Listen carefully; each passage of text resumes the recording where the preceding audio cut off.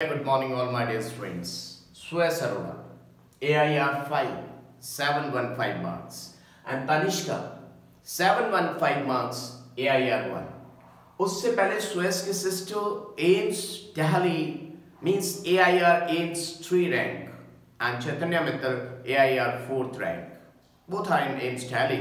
तो इन बच्चों की रैंक कैसे आई? मैं क्या सिर्फ ये बोलूं कि मेरे पढ़ाने से आई? मेहनत तो बच्चों ने की थी। मेहनत बच्चों की होती है। सिर्फ एक अच्छा टीचर करता क्या है? उनको गाइडेंस देता है। स्मार्ट स्टडी, जैसा कि थंबनेल में आपने देखा, स्मार्ट स्टडी कैसे करते हैं माय डियर स्टूडेंट्स। आप कई बार देखा होगा कि आप ज्यादा इंटेलिजेंट हैं और आपके कम मार्क्स आते हैं, और आपसे कम इंटेलिजेंट स्टूडेंट सिलेक्शन पा जाता है, रैंक पा जाता है। क्या कहें कि हमारी काबिलियत ज्यादा थी इसलिए मार्क्स कम आए? नहीं।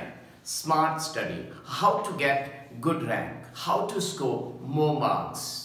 कम पढ़ाई करके, कम पढ़ाई का मतलब ये नहीं कि बिल्कुल ना पढ़ें, बिल्कुल ना पढ़ने वालों का तो कोई ऑप्शन नहीं। मैं उन लोगों की बात कर रहा हूं जो मेहनत करते हैं और हद से ज्यादा मेहनत करते हैं, उनकी कम मेहनत करने की बात और अच्छी रैंक लाने की बात करने की बात कर रहा हूं माय डियर स्टूडेंट्स।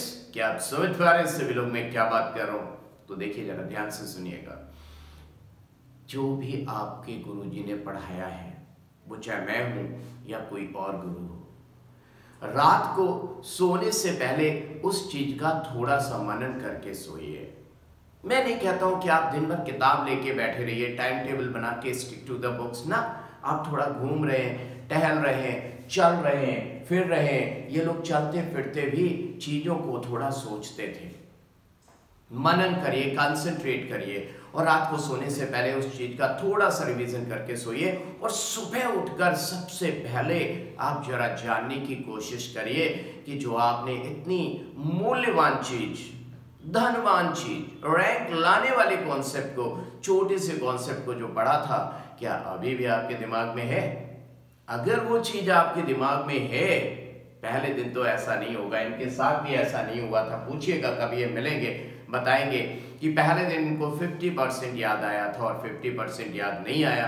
तो they have gone through their notes and then they realised कि क्या क्या चीज मिसिंग थी और क्या क्या चीज उनको आ रही थी। जो चीज आई उसको भी उन्होंने तसल्ली से देखा कि सही याद आई या नहीं याद आई, और जो चीज नहीं याद आई उसको ध्यान से देखा। और दूसरे दिन, क्योंकि उनको पता था कि उनकी इंसल्ट हुई, तो रात को सोने से पहले और अच्छे से देख के सोए।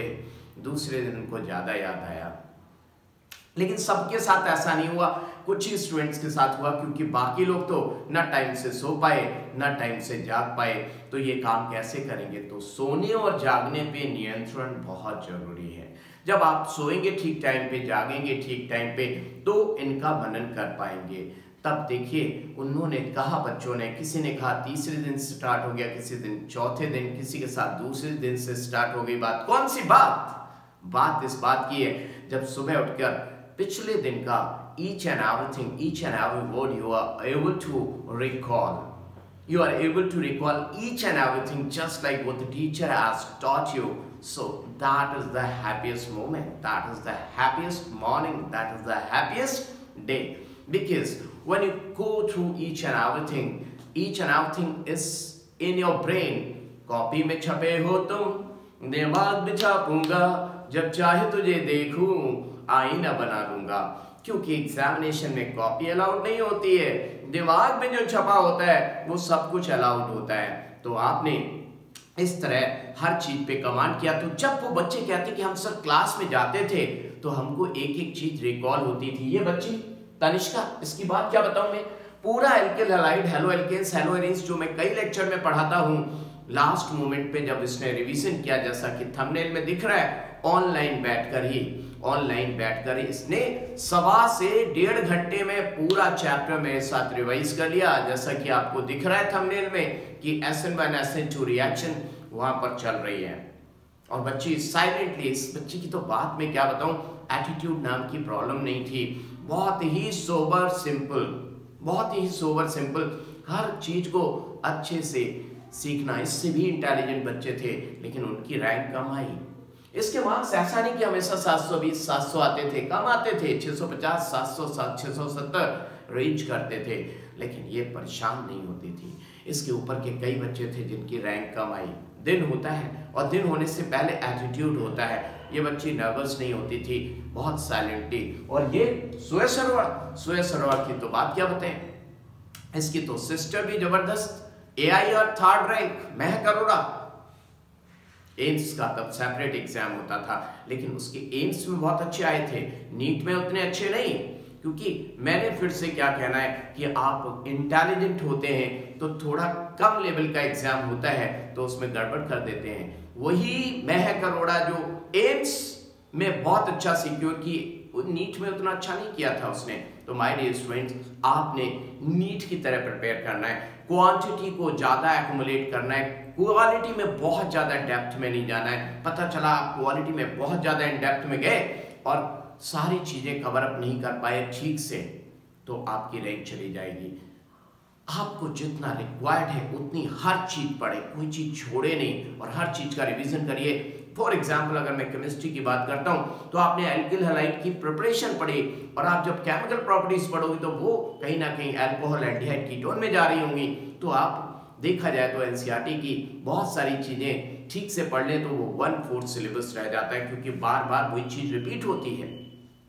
और अगर आपके ब्रेन में सब चीज फीडेड है तो आप रिकॉल कर पाएंगे कि yes it was here and it's moving like this. लेकिन अगर आप रिकॉल नहीं कर पा रहे तो आपको लगेगा सिलेबस बहुत वाइड है, बिखरा हुआ नजर आएगा। लेकिन अगर आप चीज को फिक्स करते जाएंगे दिमाग में तो जैसी वो चीज दोबारा दिखेगी तुमको ओह दिस तो I have completed at that place, this तो I have completed in that chapter, so it's the same thing. क्या आप मेरी बात सुन रहे हैं? और माय डियर स्टूडेंट, आज का lecture NEET made easy channel पे 7 या 8 बजे थंबनेल पे देख लीजिएगा। इवनिंग में है 7 PM और 8 PM पे स्टार्ट होगा और हम यूनिमॉलिक्यूलर न्यूक्लियोफिलिक सब्स्टिट्यूशन को बहुत अच्छे से कवर अप करने वाले हैं। So all the best, stay tuned my dear student, अच्छे से करते रहिए और हम मिलेंगे पढ़ते पढ़ते। रैंक लाएगा बंदी बंदा, HSP मैजिकल गुरु का जब साथ होगा, HSP का फंडा, रैंक लाए बंदी बंदा। यस।